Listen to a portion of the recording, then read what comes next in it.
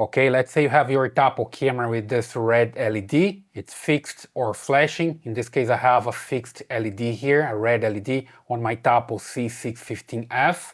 And the way that I have to solve this is by just fixing the internet, okay? So you see here on my app that I have the camera, the Tapo C615F, and a Tapo hub, and other Tapo devices, they are offline. That indicates a problem with the internet, right?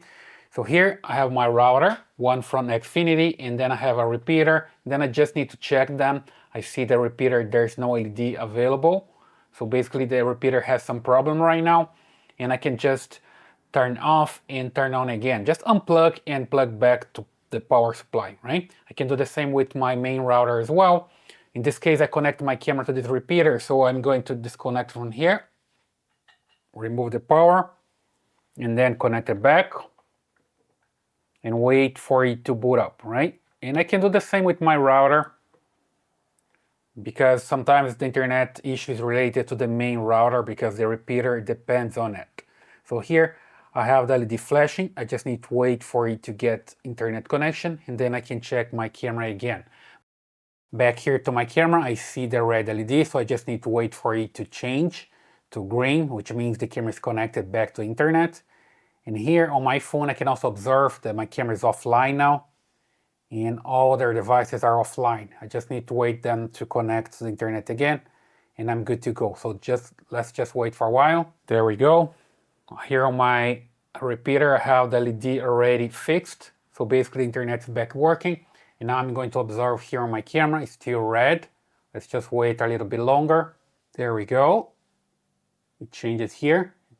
There's no longer the red LED. It just turned off. When I look here on my cell phone, I see that the network's back. All Tapo devices are connected. When I come back and look again here on my camera, I see that's flashing sometimes.